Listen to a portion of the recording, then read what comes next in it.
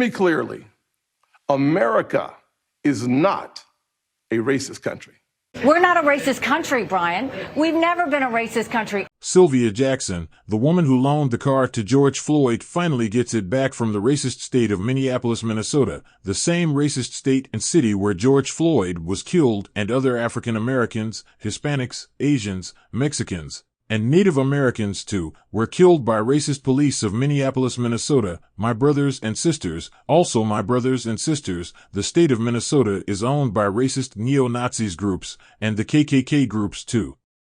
Nearly 4 years of waiting came to an end Tuesday afternoon when state authorities finally returned Sylvia Jackson's vehicle. George Floyd was sitting in Jackson's blue 2001 Mercedes-Benz SUV when Minneapolis police first made contact with him at 38th Street and Chicago Avenue on May 25, 2020. Jackson had loaned the car to her friend and former coworker that day.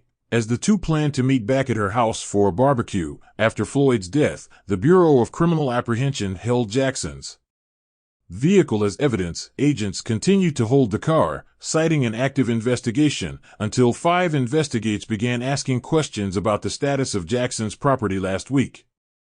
Those questions prompted Minnesota Attorney General Keith Ellison to intervene, authorizing the BCA to return the car to Jackson.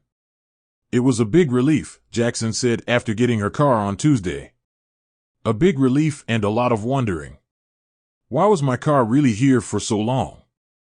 Jackson retrieved her car from Lloyd's Automotive in St. Paul, where mechanics replaced at least one tire and installed a new battery. The BCA confirmed the state is covering repair and storage costs.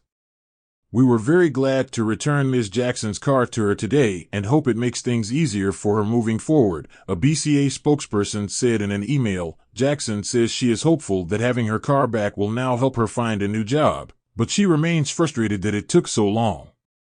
Why wouldn't you do the right thing just because it's the right thing? Jackson wondered.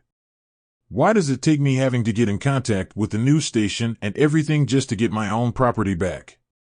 Also, my brothers and sisters, here is a video clip of Miss Sylvia Jackson talking to the News Media Network people about getting her car back.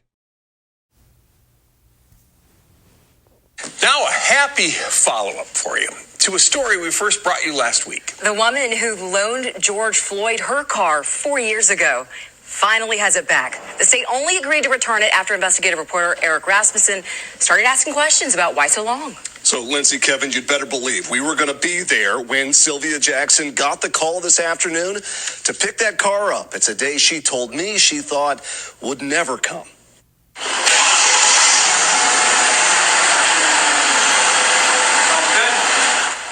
Our camera was there at Lloyd's Automotive today as Jackson started up her 2001 Mercedes SUV for the first time in nearly 4 years. As we first reported last week, Jackson and George Floyd were friends and former co-workers. Floyd was sitting in Jackson's car when police first made contact with him at 38th and Chicago on that fateful day in May 2020.